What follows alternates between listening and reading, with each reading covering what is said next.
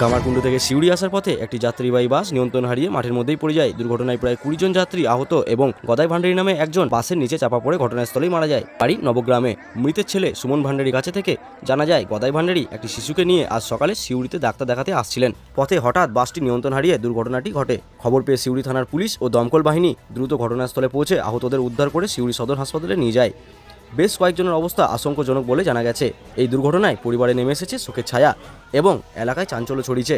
Police বাসটিকে উদ্ধার করে দুর্ঘটনার কারণ খতিয়ে দেখছে। বাস চালকের ভূমিকা নিয়েও তদন্ত শুরু হয়েছে।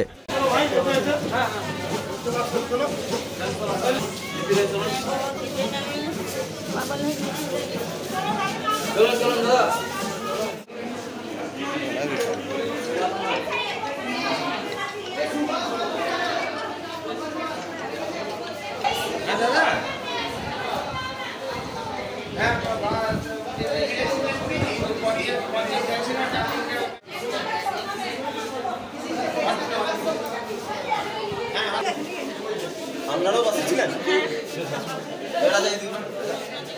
এই বাসে ছিলেন।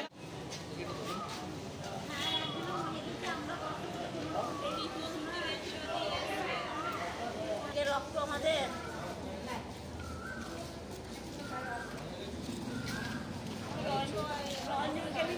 আপনি বাসে ছিলেন?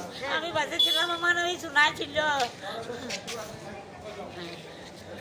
আমি কি বাবা সিউড়ি যাচ্ছিল বাসে, ছোট বাচ্চাটাকে ডাক্তার দেখাতে আসছিল। হঠাৎ শুনেছি বাস উল্টে গেছে, কোনো সবাই ফোন করে ডাকে আমাকে, এলাম। পুরো চাপটা বাবার উপর পড়েছিল, যার জন্য বাবা পাদরা কাছে ডাঙ্গালপাড়া নডিয়ার মুখ থেকে সেখানে ডাক্তার দেখাতে আসছিল। আমার বাড়ি নবগ্রাম। আমার পরিবারে 3 জন ছিল। আমার বোন ছিল, আমার বাবা আর আমার ছোট ছিল। ওরা একটু ভালো আছে। বাবা ওই পুরো চাপটা পড়ে গেছিল, যার জন্য বাবা মারা গেছে। গদাধর ভান্ডারী, নবগ্রাম। বয়স 50-52 হবে।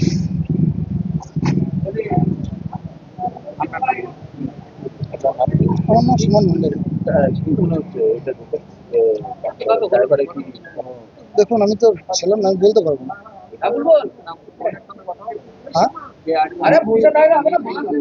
বোনের সাথে কথা উল্টে গেল, এটাই বলবো।